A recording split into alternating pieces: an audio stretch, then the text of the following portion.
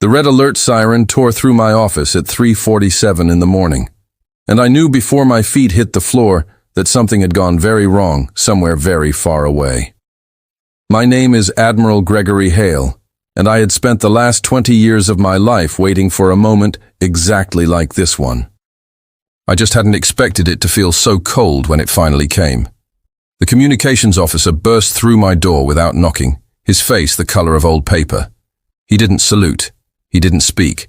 He just held out a thin metal tablet with shaking hands, and I took it from him and read the words that would change everything. The Galactic Concordance wanted to meet me, not Earth, me in person within 12 hours. I poured myself a glass of water and drank it slowly, because I needed those few seconds to make my hands stop shaking. For 73 years, the alien powers of the galaxy had treated humanity like a strange animal in a zoo. They watched us. They listened to our radio signals. They sent quiet little ships to sniff around the edges of our solar system. But they never spoke to us, never sent ambassadors, never invited us to anything. We were too small, too young, too unimportant. And now suddenly, they wanted me to come to a meeting at a place called 3 Null Station, which was a giant ring-shaped outpost orbiting a dead star halfway across the galaxy. I knew exactly what this meant. They had finally decided we were worth talking to. And in the language of empires, that almost never meant anything good. My shuttle launched from the Geneva spaceport 4 hours later. I traveled alone because that was what they had demanded, and because I wanted to think. The journey took 6 hours through their warp gate technology, and I spent every minute of it reviewing files I had memorized years ago. Files about the 5 most powerful military commanders in this part of the galaxy. Files I had hoped I would never need to use. As my shuttle approached 3 Null Station, 2 alien patrol ships pulled up alongside me, flanking my craft like wolves walking next to a sheep. Their pilots opened a video channel just to laugh at my engines. They actually laughed.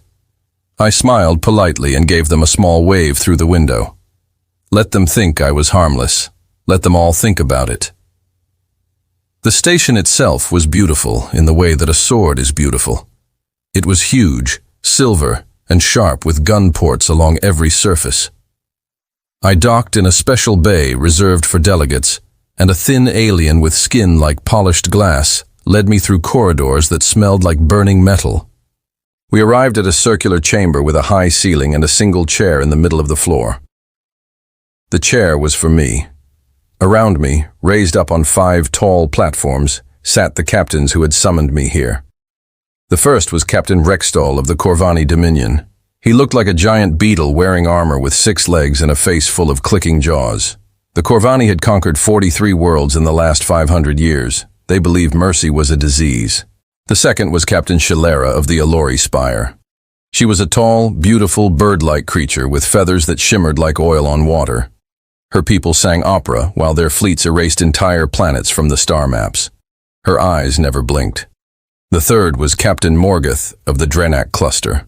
He was a reptile the size of a small truck with rows of teeth that could grind through steel.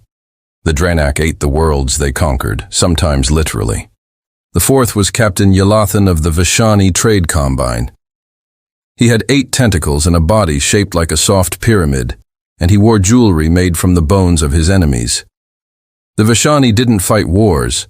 They funded them on both sides, and then sold the survivors weapons to start the next one. The fifth was Captain Kes 9 of the Synthari Collective. He was a machine, a thinking, ancient machine, his body made of black metal and blue light. He had been alive for 9,000 years, and he had watched empires rise and fall like waves on a beach. These 5 had laughed at Earth in their private channels for decades. I had read the transcripts. I knew every joke they had made about my species. I sat down in the small chair, folded my hands in my lap, and looked up at them like a polite man at a funeral. "Admiral Hale," said Vrextel, his jaws clicking. "Earth has been a quiet little world for a long time, but now you sit on a piece of space we want, a warp lane, a trade route. Very valuable, very important.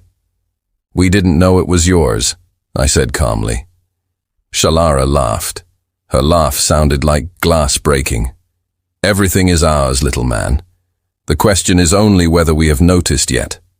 Morgath leaned forward, and his breath smelled like rotting meat. We have noticed. Yilithan unfurled 3 tentacles and held up a thin, glowing tablet. These are our terms, Admiral.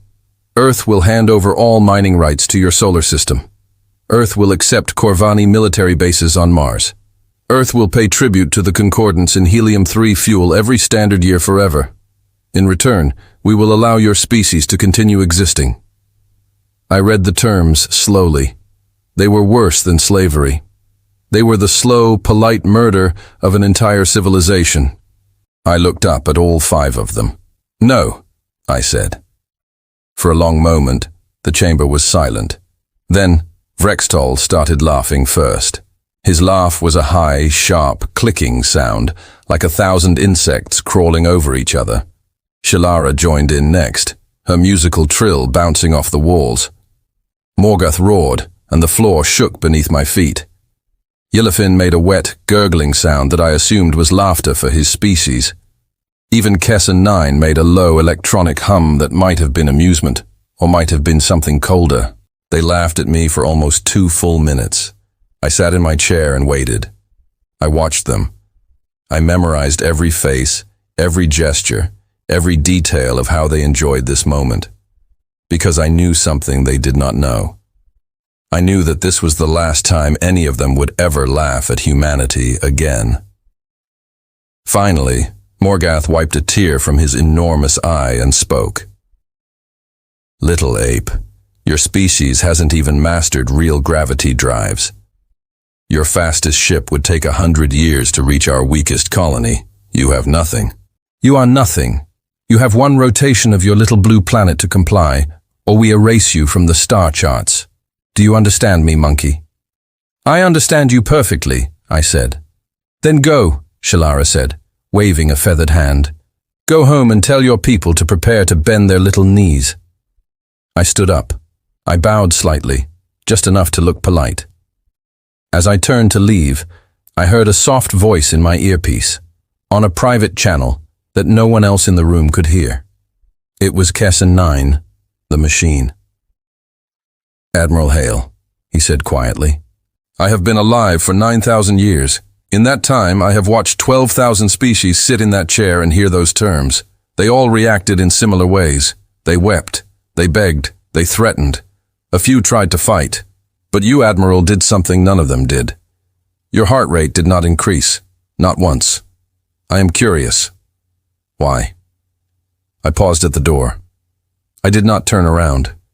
I just smiled small and tight and spoke into the open air. Because you just made a mistake, KSN 9.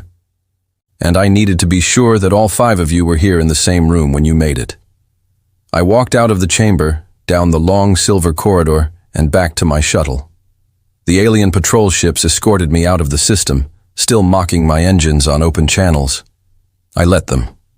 I sat in my pilot seat with my hands folded in my lap, and I waited until I was far enough away that no scanner in the galaxy could hear me.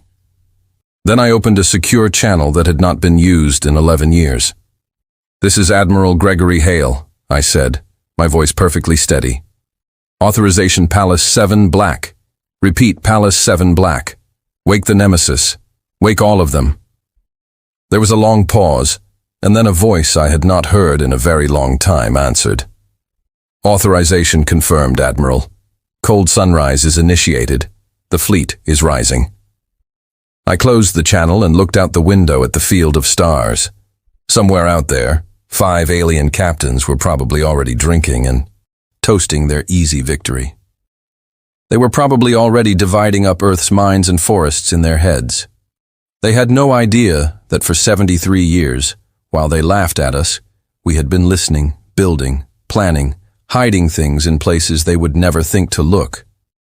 The galaxy was about to learn that quiet does not mean weak, patient does not mean afraid, and small does not mean harmless. Earth had been waiting for this day for a very long time. The shuttle slipped through the warp gate heading home.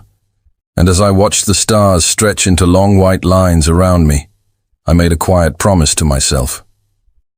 Those 5 would never laugh at us again. Not one of them. Not ever.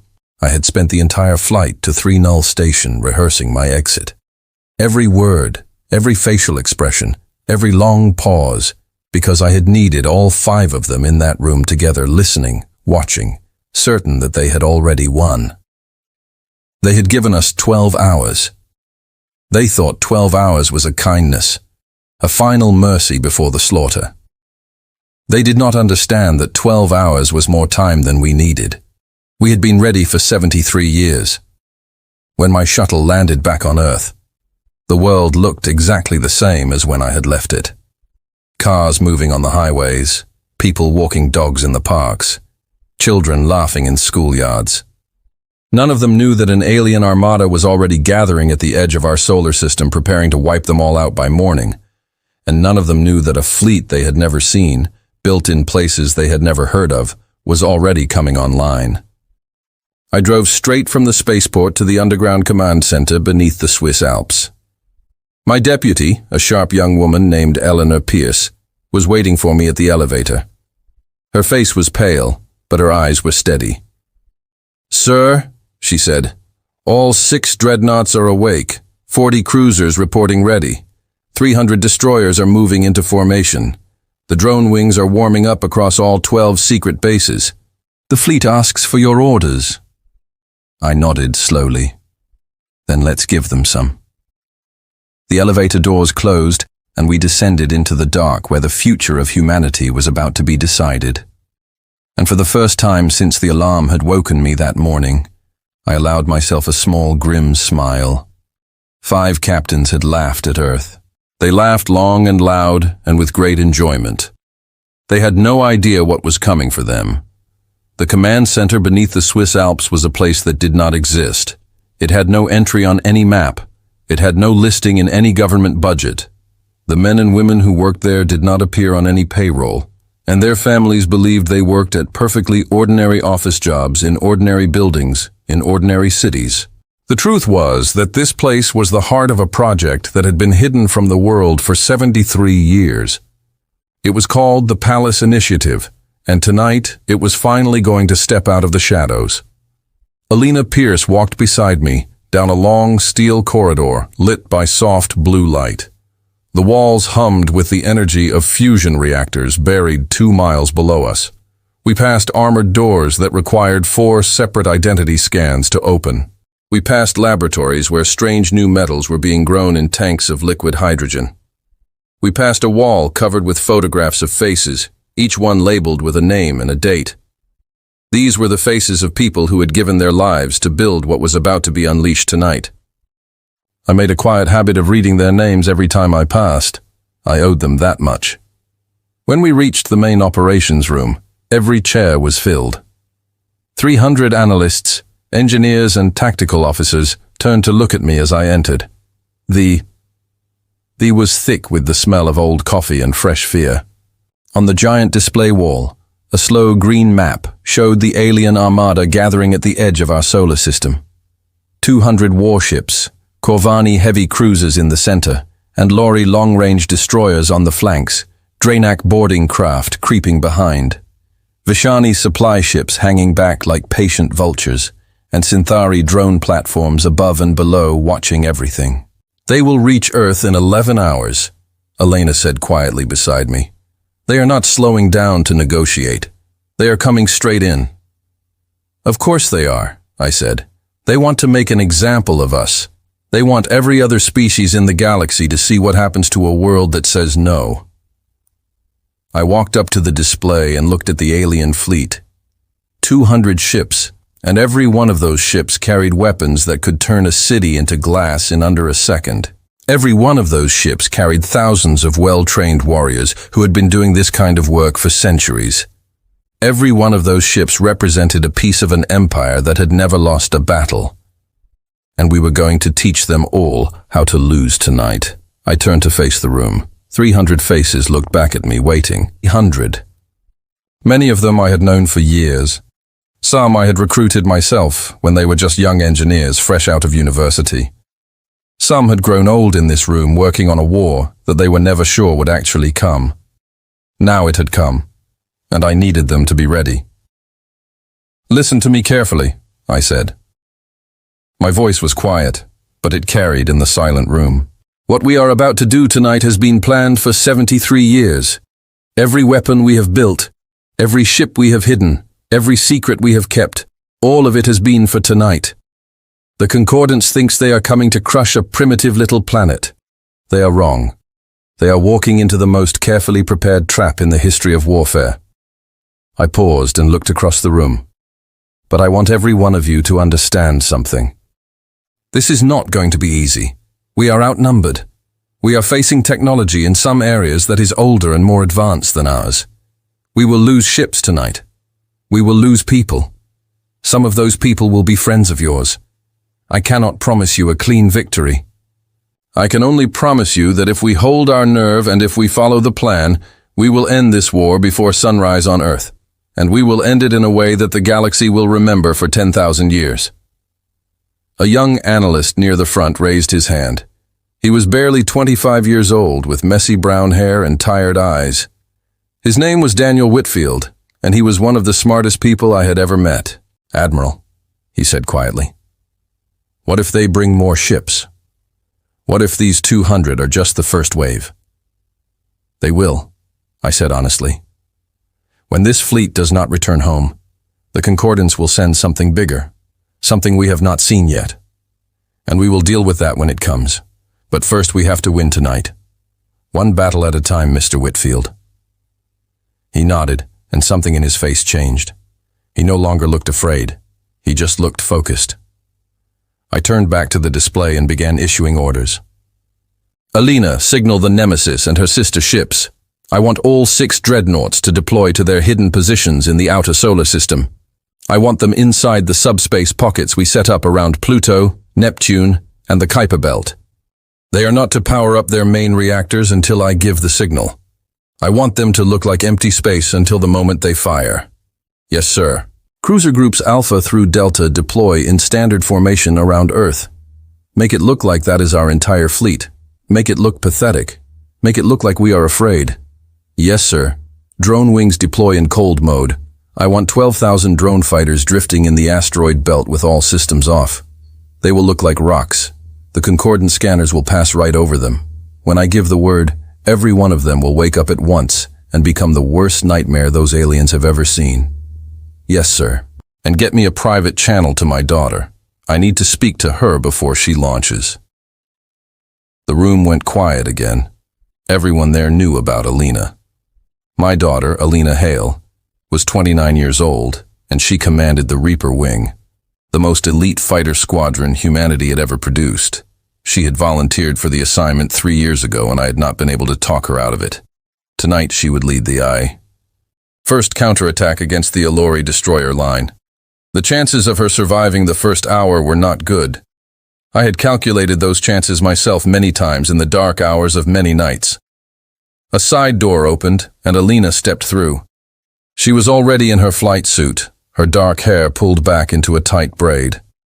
She looked exactly like her mother had at that age. Beautiful, fierce, and entirely too brave for her own good. She walked across the room toward me, and people stepped aside without saying a word. "Hi, Dad," she said quietly when she reached me. "Hi, sweetheart." We stood there for a moment looking at each other. There were 100 things I wanted to say. There was no time to say any of them. "Are you ready?" I asked finally.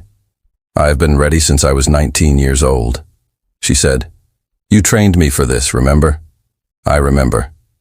She glanced at the display wall at the green dots representing the alien armada. 200 ships.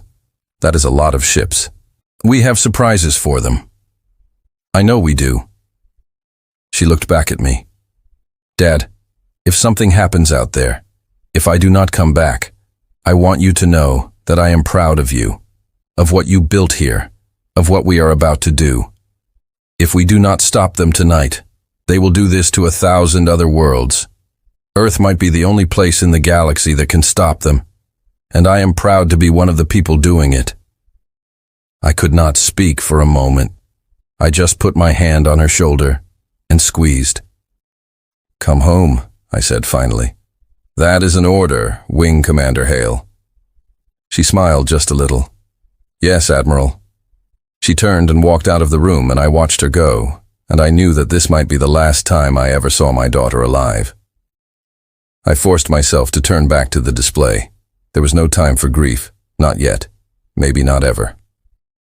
While the fleet moved into position, I pulled Eliana aside and showed her a file on a private tablet. The file was labeled Operation Vesta. She had not seen it before. Almost no one had. Her eyes widened as she read through it. "Sir," she said quietly, "is this real?" "It is real. Sleeper agents on 40 enemy worlds.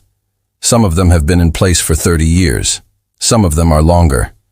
The first ones were sent out before you were born, Eliana.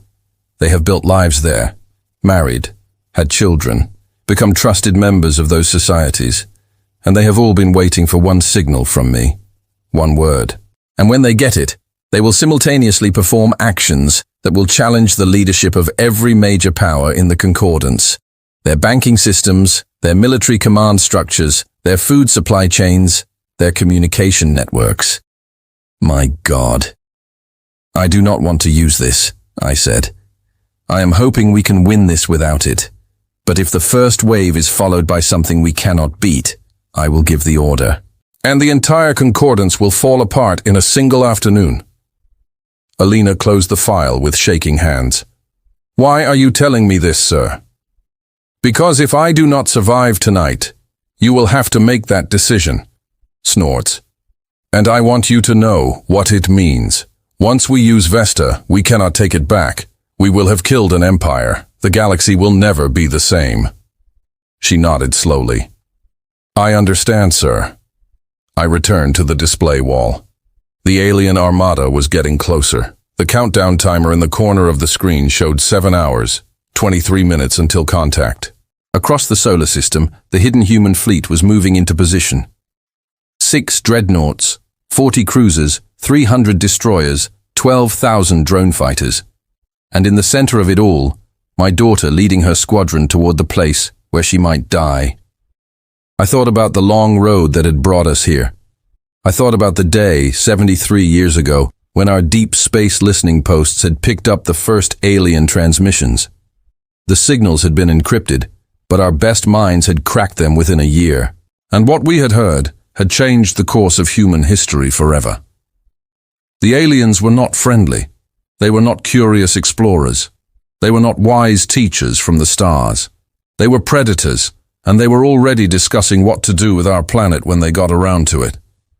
They had been planning to come for us eventually. They just had not decided when.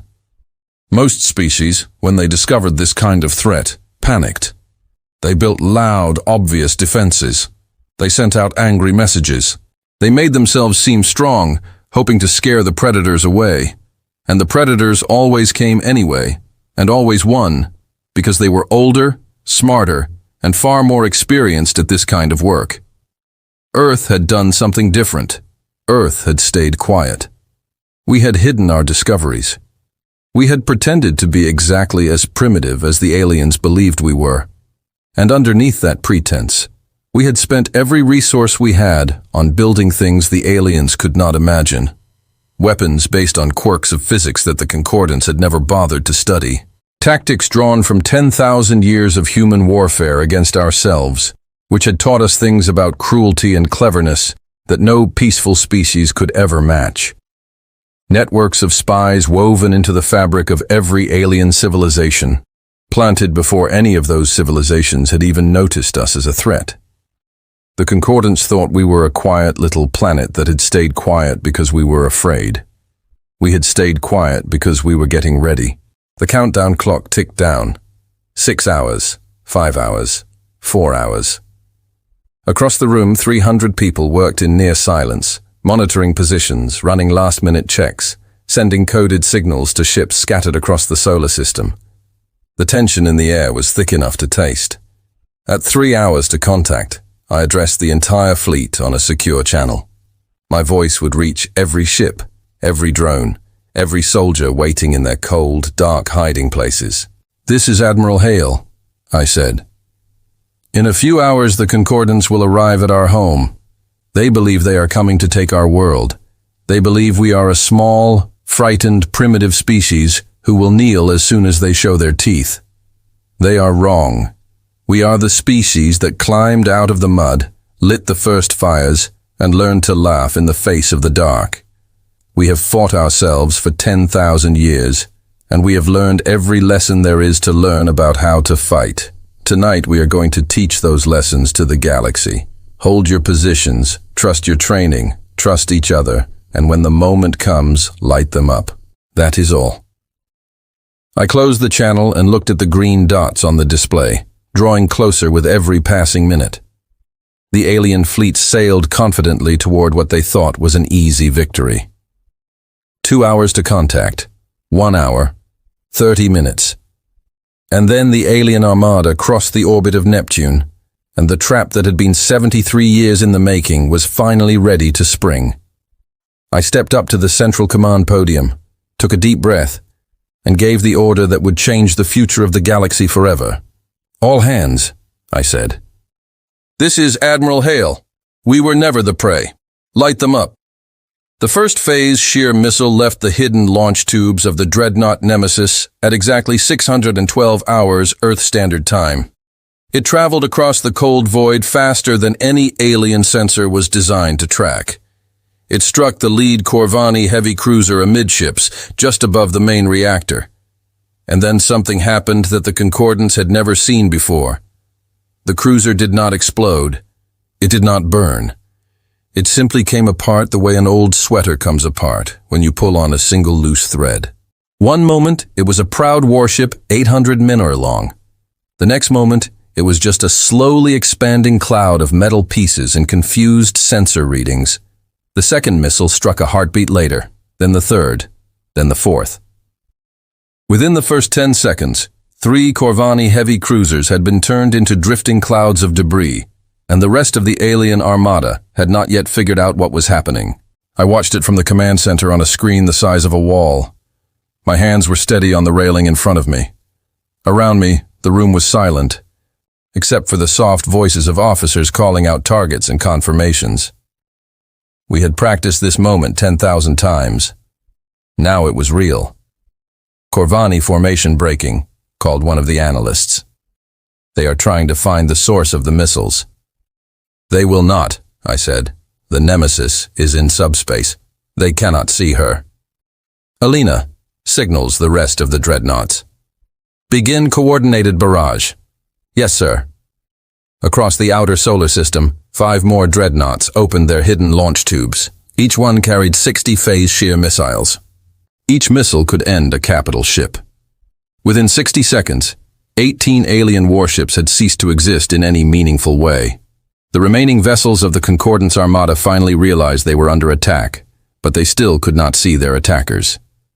Their scanners showed them empty space in every direction. Their long-range sensors showed only the small, pathetic Earth defense fleet sitting in low orbit around our home planet, exactly where they had expected to find it. Captain Vrextal of the Corvani Dominion, aboard his flagship Iron Mandible, must have been one of the first to grasp what was happening. I was listening to his command channel through one of our sleeper agents in his communications crew. His voice went from confident to confused, to something close to panic in less than 2 minutes. "Where are they firing from? Who is firing? Get me a sensor lock on something, anything." His subordinates had no answer. The phase shear missiles were attacking from no detectable position. The Corvani had never built defenses against weapons like this, because no one had ever invented weapons like this. We had. We had been quietly building them for 40 years. "Sir," Alina said beside me, "the Alari destroyers are breaking formation to flank our visible defense fleet around Earth. They think they have found our main force." "Good. Hold the dreadnoughts in their pockets. Do not reveal their positions yet. Send Reaper Wing in. Tell my daughter the dance has started." "Yes, sir."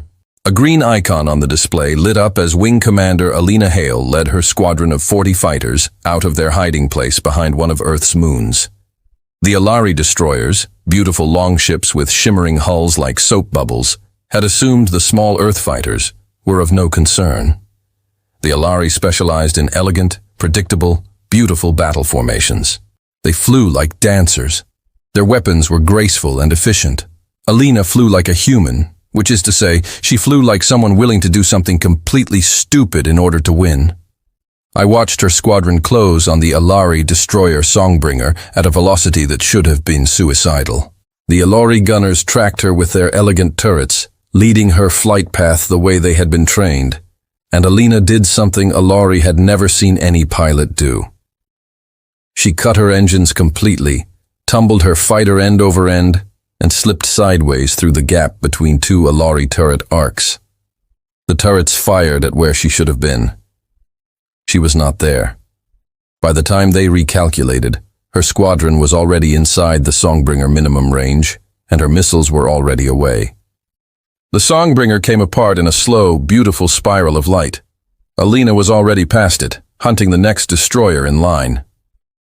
"Reaper Wing reports 2 confirmed kills, sir," called an officer. "Tell her I said good shooting," I said quietly. The battle spread across the outer solar system like a forest fire. The Drenak boarding craft attempted their famous teleport assault, which they had used to terrify their enemies for 3 centuries. Hundreds of armored Drenak warriors materialized on the decks of the cruiser Carthage, expecting to find weak human crews to overwhelm. They did not. The Carthage, like every human warship, had been designed with one important assumption built into every airlock and corridor. We had assumed that one day aliens would teleport onto our ships. So, we had built every internal compartment to detect non-human life signs and event that compartment into hard vacuum within 3 seconds of detection. Captain Morgath of the Drenak cluster watched on his command screen as 3,000 of his elite warriors simply vanished from the boarding scanner readouts in less than a minute. He let out a roar that carried across his command channel. It was not a roar of anger. It was a roar of the Drenak had never lost a boarding action before. Their warriors had been unstoppable for generations, and now, in less time than it took to drink a glass of water, an entire elite assault force had been wiped from existence by a species that the Drenak had considered too primitive to even talk to. "Sir," Alina said, "the Alori flagship Cloudsong is attempting to retreat from the battle area. Activate Drone Swarm Theta. Do not let her escape." "Yes, sir." In the asteroid belt, 10,000 small dark shapes that looked like rocks suddenly came to life. They were not rocks. They were hard-light drone fighters, each one no bigger than a small car, each one carrying a single focused energy blade and a small but very fast engine. They lifted out of their hiding places and accelerated toward the Alori flagship. Captain Shalara saw them coming on her sensors, but it was already too late. Her ship was big, beautiful, and slow to maneuver. The drone swarm enveloped her flagship like a cloud of glowing fireflies. They did not attack the hull. They attacked the drive core. 10,000 precise cuts in less than 30 seconds. The Cloudsong drifted to a stop, helpless. Her engines reduced to neat slices of useless metal. Shalara opened a panic channel. "We surrender! We surrender! Do you hear me? Stand down your weapons! We surrender!" I let her surrender be heard across every concordance frequency. I wanted every alien commander to hear those words coming from one of their proud captains. I wanted them to taste it. "Accepted," I said calmly into the open channel. "Captain Shalara, your ship is now a prize of the Earth Coalition Defense Force. Welcome to your new circumstances." Captain Yelathan of the Vashani Trade Combine tried something very different and very clever. He understood almost immediately that the battle was lost. He was a merchant first and a warrior second, and merchants know when to cut their losses. He broadcast a personal surrender on behalf of the entire Vashani Trade Combine, declared his ships neutral, and began turning his transports around to retreat at full speed toward the warp gate. I let him think it was working. I needed him alive and free for a few more hours because I had already given the order for a different operation entirely. While the battle raged in our solar system, a small team of human operatives on the Vashani homeworld of Tessel was walking calmly into the central banking hub of the Trade Combine. Some of those operatives had been living on Tessel for 30 years. They had built lives there. They had married Vashani spouses. They had become trusted local citizens. And tonight, they were going to do what they had been sent there to do, which was to drain every account of every Trade Combine member of every credit they had ever earned, and to scatter those credits across 10,000 untraceable accounts that would take a century of forensic accounting to find. Yalathan would discover in about 6 hours that he was suddenly poorer than the lowest worker on the lowest world in the Combine. His own people would abandon him within a day. There was no need to fire a shot at the Vashani. We were going to bankrupt them instead. That left Captain Kessenine of the Synthari Collective, the machine, the ancient one. He was the most dangerous of all, because machines are not driven by pride or fear or anger. Machines are driven by calculations. Kessenine had been watching the battle for 40 minutes by this point. He had not committed his drone platforms to the fight. He had not attempted to engage our cruisers. He had simply observed, recorded, calculated. A private channel opened between his flagship and my command center. His voice came through, calm and clear and ancient. "Admiral, hail," he said. "I have been alive for 9,000 years. In that time I have observed many wars. I have seen many ambushes. But what I am observing tonight is something new. Your species has done something that no other species has ever managed to do." "And what is that, Kes9? "You have hidden an entire fleet from the most advanced sensor networks in the galaxy. You have built weapons that bypass our strongest shields. You have placed agents inside our most secure systems for decades without detection. You have planned this engagement for what I now estimate to be at least 70 years. The level of strategic patience required to do this is unprecedented in any biological species I have ever encountered." "Thank you," I said. "It is not a compliment, Admiral. It is a warning to myself. The Synthari Collective will withdraw from this battle immediately. We will not engage your forces. We will return to our own territory, and we will spend the next several years considering what your species represents." "That is wise, Kes9. One more question, Admiral, if I may." "Go on." "Why did you not destroy my drone platforms in the first volley? You had the opportunity. Your missiles could have struck us before we knew we were in danger." I thought about how to answer that. There were a dozen reasons. The truth was simple. Because machines that learn are valuable, Kes in 9. Captains who only know how to laugh are not. There was a long silence on the channel. Then the machine spoke one last time before signing off. "Admiral Hale, I will remember you." His drone platforms turned and accelerated back toward their warp lane, and I let them go. We would deal with the Synthari later. Possibly, we would even be friends with them later. Machines who have learned to respect you are more useful than meat that has not. The battle continued for another 2 hours, but the outcome was already certain. The Corvani heavy cruisers, leaderless after the first wave of phase shear strikes, broke formation and began trying to flee. The Drenak boarding force, having lost their elite warriors in the airlock vents, attempted to ram our ships in a desperate last stand. Our destroyers cut them apart in clean, precise patterns. The Allori, with their flagship captured, began surrendering one by one.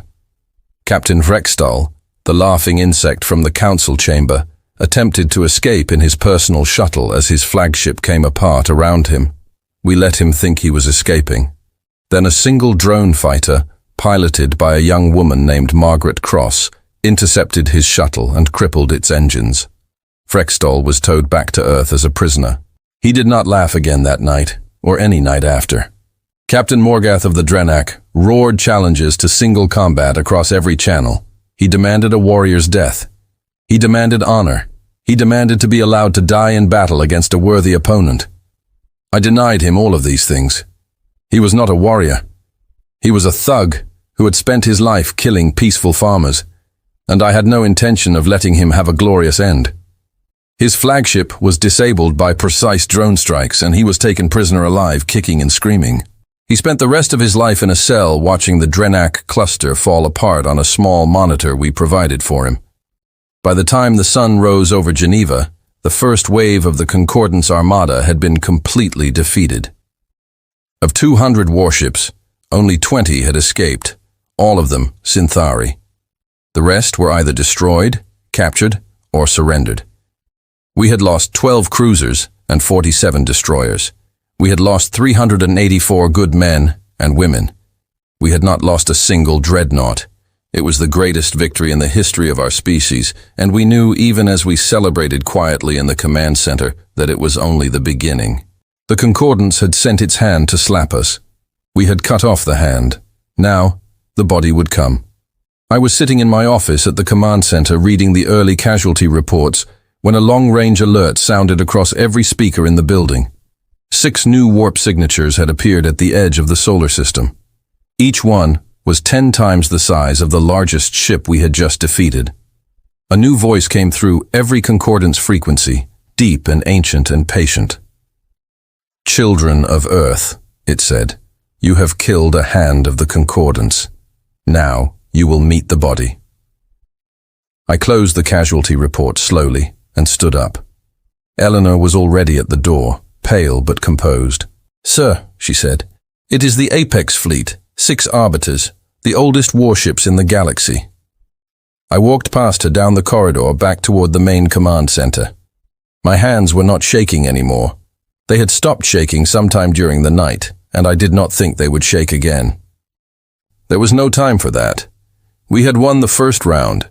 We had used half our missiles and lost half our drone fighters and all of our elements of surprise. The body of the beast was coming, and it was bigger than anything we had ever faced. It was time to find out if we were as ready as we thought we were. The 6 Apex-class arbiters of the Galactic Concordance were the oldest, largest, and most feared warships in the known galaxy. Each one was 40 kilometers long, longer than most cities, and shaped like a black spear. Their hulls were made of materials that no human scientist had ever been able to identify, drawn from elements that did not appear on any periodic table we had built. Their weapons could erase a small moon. Their shields had never been breached in 9,000 years of warfare. They were crewed by a multi-species command caste that swore loyalty only to the High Concordant Senate, and they answered to no one else. They came out of warp at the edge of our solar system in a perfect formation, the 6 of them moving like one creature. The lead vessel, the Eternal Verdict, was bigger than the other 5 combined. It had crushed empires. It had ended species. It had never lost. Tonight, it had come for us. I stood at the central command podium and watched the 6 warp signatures bloom on the display. Around me, the command center had gone completely silent. Many of the analysts had stopped breathing. They knew what those ships were. They knew what those ships had done to other worlds that had refused the Concordance. Alina Pierce stood at my right shoulder. "Sir," she said quietly, "recommendations?" "Pull all surviving fleet elements back to the asteroid belt," I said. "We are going to use the terrain. We have spent 40 years rigging that field. Let's see if it holds up." "Yes, sir." "And the dreadnoughts? 3 of them are damaged from the first engagement. Send them to the inner system to defend Earth directly. The other 3 will move with me to the belt." "And Reaper Wing?" I paused. Alina's squadron had taken heavy losses in the first battle. Of snorts, 40 fighters, 27 were still operational. My daughter had taken a hit to her cockpit, but was still in command of her ship. She had already volunteered to lead the assault on the Apex fleet. "Tell Reaper Wing to refuel and rearm. They will fly with the dreadnoughts. They will fly with me." "Yes, sir." A new voice broke into our private channel, deep, calm, and patient. The voice of the Apex commander, broadcasting on every Earth frequency at once. He introduced himself as Arbiter Prime Velthos, and he spoke our language perfectly. "People of Earth, you have done something tonight that no species has done in 9,000 years. You have inflicted significant losses on a Concordance fleet. The Senate is impressed. I am impressed. Such a thing is a rare and precious accomplishment, and it deserves recognition. So before I begin my work here, I'm authorized to offer you a final mercy. Surrender unconditionally. Accept the dissolution of your government. Accept relocation to a client world of our choosing. In return, your home planet will be spared. Your art will be preserved in our archives. Your species will be allowed to continue existing as a managed population. This is the kindest offer the Concordance has ever made to a defeated world. I urge you, with respect for what you have already done, to accept it. The Concordance had never offered terms like that to anyone. I could see from the shocked faces of my analysts that they understood the weight of what had just been said. We had earned a respect from this ancient creature that no other species had ever earned. He was offering us our lives. I looked at Alina. I looked at Daniel Whitfield, who had asked me earlier what we would do if a bigger fleet came. I looked at the wall of photographs of the men and women who had given their lives to build the Palace Initiative. I keyed the open channel. Arbiter Prime Velthos, I said. Thank you for the offer. I am Admiral Gregory Hale of the Earth Coalition Defense Force. I want you to understand something about my species before you decide what to do next. We did not climb out of the mud of our home world to be a managed population on someone else's reservation. We did not invent fire and language and music and mathematics only to hand all of it over to the first ancient empire that knocks on our door. You may be older than us. You may be larger than us. You may be more advanced than us in many ways, but we are the species that taught itself how to look up at the stars and refuse to be afraid of them. Your offer is rejected. Come and see what happens. There was a long silence on the channel. When Velthos spoke again, his voice was even calmer than before, almost gentle. Very well, Admiral. I had hoped you would say something like that. I am tired, you understand. I have ended 67 civilizations in my long life, and I have grown weary of empires that bend without testing. You have not bent. You will not bend. And so I will end you, and I will go home, and perhaps I will sleep well tonight for the first time in centuries. The channel closed. The Apex fleet began to advance. I turned to Alina. Begin the asteroid belt withdrawal. All ships immediately. The next 2 hours were the hardest of my life. The Apex weapons were everything we had feared. Their main beam, which they called the voice of the Senate, could cut through any shield we had ever designed. The cruiser Carthage, which had survived the first battle and helped us win it, took a direct hit from the eternal verdict and simply ceased to exist. The Carthage did not explode. It did not burn. It just was not there anymore. As if someone had reached down and erased it from reality. We lost 3 more cruisers in the first 30 minutes. We lost 120 drone fighters. We lost 2 destroyers and the dreadnought Bellerophon, which had been damaged in the earlier battle and could not maneuver fast enough to evade an Apex strike. 870 good people died in those 30 minutes. I felt every one of them like a stone in my stomach. But the asteroid belt was our home ground, and we knew every rock in it. We had been planting things in those rocks for 40 years. As the Apex fleet advanced into the belt, hidden mines woke up and began to detonate against their shields. Tunnels we had drilled into large asteroids opened to reveal hidden missile launches. Smaller asteroids that had been hollowed out and filled with reactive materials drifted into the path of the Apex ships and went up like enormous bombs. The shields of the orbiters held, but they began to weaken. For the first time in 9,000 years, the shields of an Apex-class warship were taking real damage. Velthos spoke to me again on a private channel. Admiral, you have surprised me again. This terrain is most clever, but it will not be enough. I know, I said. Then why do you fight? Because I have one more card to play, Arbiter, and I want you to be on the field when I play it. There was a pause. I am intrigued, Admiral. Show me your card. I closed the channel and turned to Alina. My voice was very quiet. Activate Vesta. She looked at me for a long moment, then she nodded. Yes, sir. Vesta is active. Across the galaxy, hidden human assets received a single coded signal at exactly the same moment. On the Corvani homeworld, a mid-level maintenance worker who had been a deep-cover human agent for 31 years walked into the central planetary shield generator complex, and with 3 quiet adjustments, caused the entire planetary shield to fail simultaneously. The Corvani homeworld was now defenseless against any minor attack, and several rebel client species were already moving in. In the Allori capital, a beautiful young Allori courtesan, who was actually a surgically modified human agent, placed a small device under the dining table of the Allori royal family's flagship dining hall. The device detonated 40 minutes later, during the family's evening meal, and the entire Allori line of succession ended in a single moment. On the Drenak Warlord Council world, a strike team of 7 human operatives who had been sleeping in cryogenic pods buried beneath the council temple for 19 years woke up, quietly killed the council's guards, and took the warlords prisoner without firing a shot. The Drenak cluster lost its government in the same hour that its fleet was being destroyed.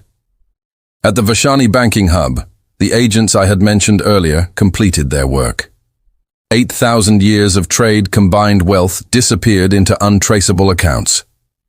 The Vashani economy collapsed within 19 minutes. Even the Syntherai collective received a signal, though it was a different kind.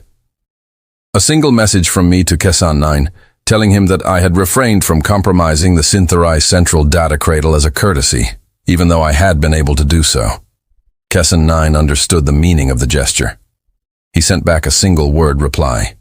Acknowledged. The Concordance had 4 of its 5 great pillars collapse in less than 15 minutes, all while the Apex fleet was busy trying to break through our asteroid belt defenses. Velthos received the reports as they came in. I was watching his command channel through one of our deepest agents, a young human woman named Catherine Ellsworth, who had been embedded in the Apex command staff for 11 years. I saw the exact moment Velthos understood what had happened. His ancient face did not change, but his hand, which had been resting calmly on his armrest, closed into a fist for a single second. He keyed his open channel one more time. Admiral Hale, you have killed an empire. The empire killed itself a long time ago, Arbiter. I just exposed the body. What is your final move? You will see in about 30 seconds. I turned to Elena. Activate the Sol Lance. Across the inner solar system, at a station orbiting Mercury that did not officially exist, a project that had been quietly running for 62 years, finally came online. The Sol Lance was the most ambitious weapon humanity had ever attempted to build. It was a focused energy beam that drew its power directly from the surface of our own sun. We had built the focusing array in deep secrecy across half a century. Tonight we were going to fire it for the first and possibly only time, because the strain on the focusing array was so extreme that we did not expect it to survive a second shot. The beam took 28 seconds to charge.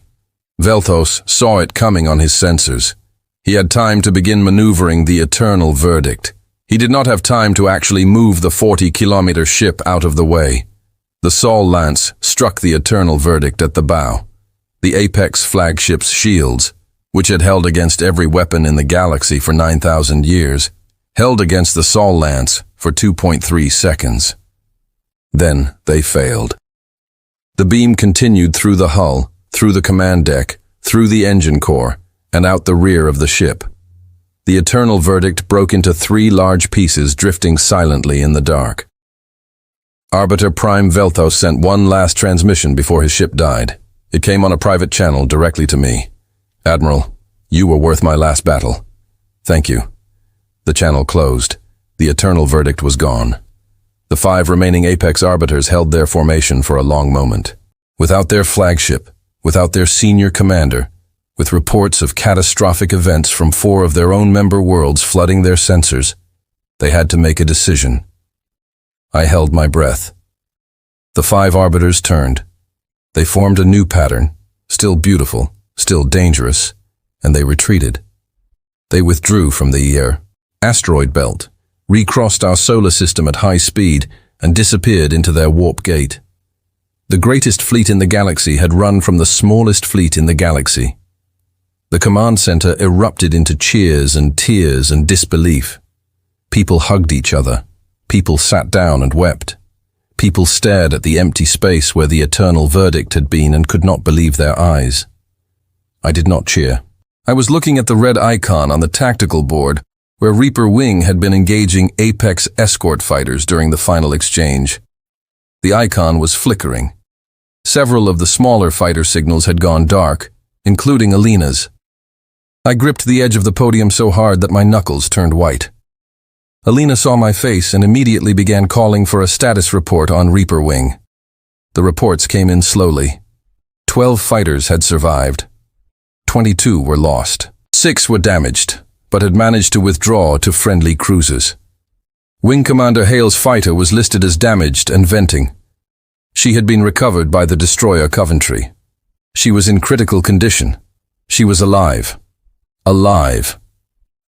I stood at the podium for a long time. I did not move. I did not speak. The room around me celebrated the greatest victory in the history of our species, and I just stood there, breathing carefully, listening to the small voice in my earpiece telling me that my daughter was being rushed to a medical bay aboard the Coventry, and that the doctors believed she would survive the journey home. Alina came to stand beside me. She did not say anything. She just stood there quietly while I pulled myself back together. After a few minutes, I keyed the fleet-wide channel. All hands, this is Admiral Hale. The enemy has withdrawn. The system is secure. Every man and woman who fought tonight has performed beyond any reasonable expectation. We have done something tonight that will be remembered for 10,000 years. I am proud beyond words to have served with you. Stand down to secondary alert. Begin recovery operations and take care of your wounded. That is all. I closed the channel and turned to Alina. Get me a transport to Coventry, I said quietly. I need to see my daughter.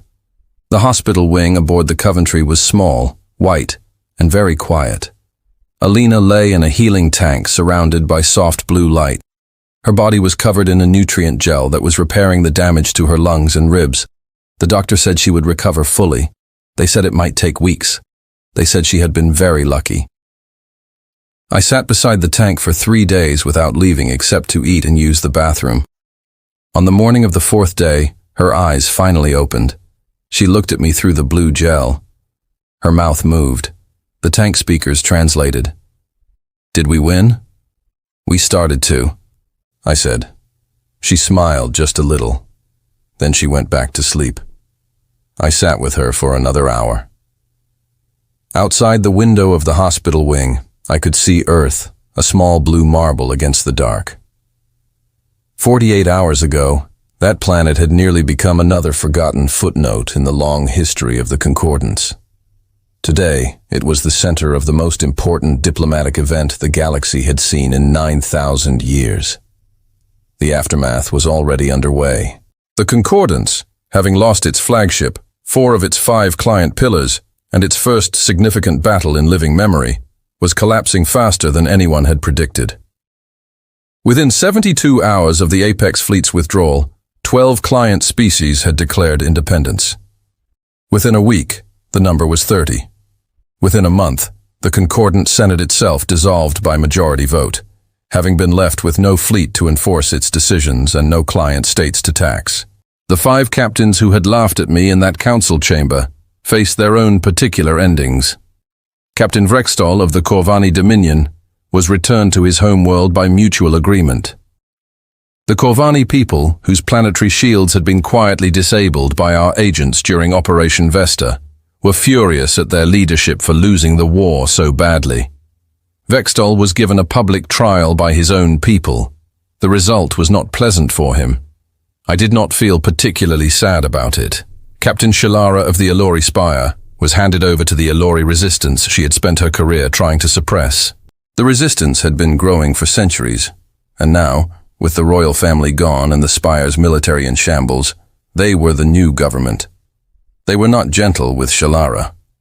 I was told she sang opera until the very end, which I think she would have appreciated me nodding. Captain Morgath of the Drenak cluster demanded a warrior's death by combat. He demanded to face me personally in a ring, claw against fist the old way. I refused. He spent the rest of his life in a small cell on a small moon, watching on a small monitor as the Drenak cluster fragmented into a dozen squabbling states. He was not given the dignity of a quick end. He was given the punishment that fit his actual crimes, which was to live a long time and watch everything he had built fall apart. He died of old age, alone in that cell, many years later. None of his people came to retrieve his body. Captain Yelothan of the Vashani Trade Combine was eventually located in a derelict freighter at the edge of the galaxy, abandoned by his own crew when the wealth of the Combine had vanished.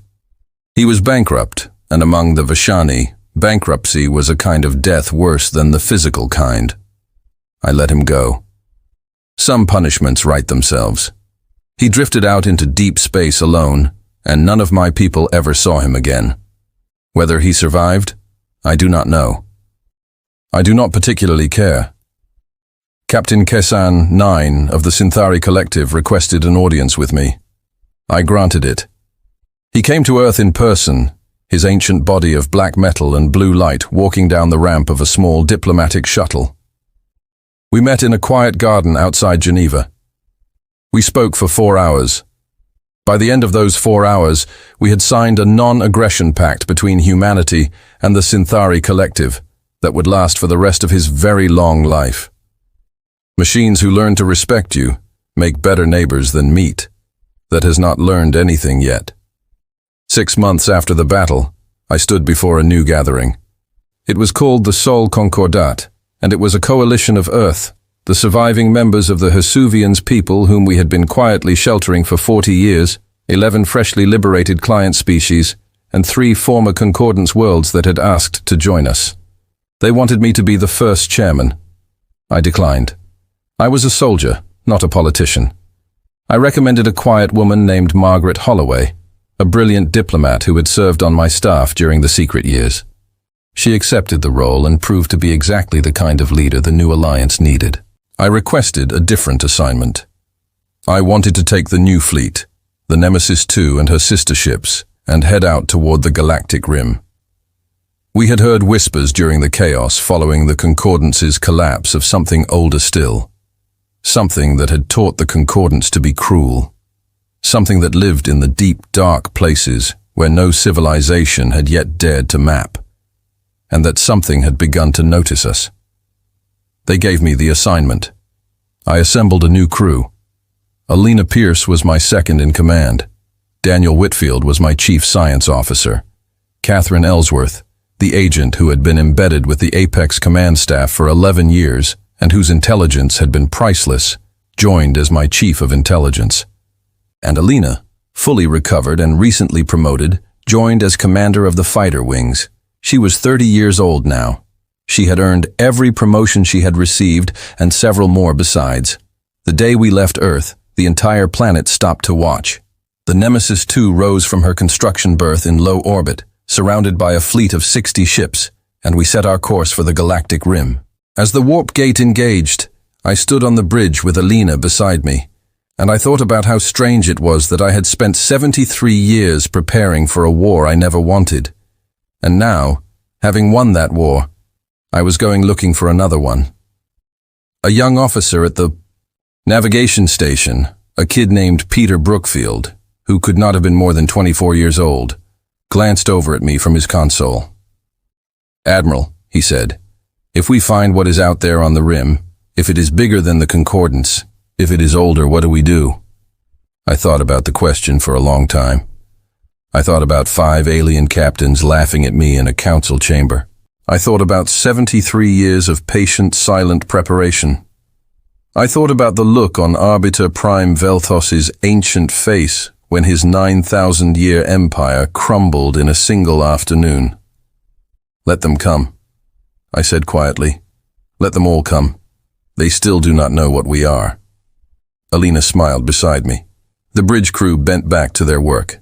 The Nemesis II leapt forward into warp, and the stars stretched into long white lines around us, and we sailed out into the deep dark to see what was waiting for us there. Behind us, on 1,000 alien worlds, a new bedtime story was being told to alien children. It was about a small blue planet at the edge of the galaxy full of strange, quiet creatures who looked up at the stars without fear. It was about how those creatures had been laughed at by the great powers of the galaxy for many centuries, and how they had taken that laughter and stored it carefully, and waited, and waited. And then, when the great powers came for them at last, expecting an easy meal, those quiet little creatures had risen out of their hiding places and ended the largest empire in galactic history in a single night. There was a new word entering the galactic languages. It meant the quiet ones, the patient ones, the ones who watched and waited and smiled politely while their enemies laughed, and who then, at the right moment, ended the laughter forever. The word was human, and the galaxy would spend the next 1,000 years learning what it meant. They had laughed at Earth once. They would never laugh at Earth again. And somewhere on the rim, in the deep, dark places, something older than the Concordance was beginning to notice that something new had entered the galaxy. Something it did not understand. Something it could not predict. That was a problem for tomorrow. Tonight the stars stretched long and white around Nemesis 2, and my daughter stood beside me on the bridge, alive and laughing at some joke a junior officer had made.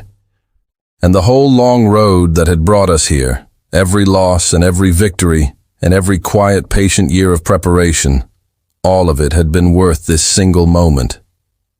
We were sailing into the unknown, and we were not afraid.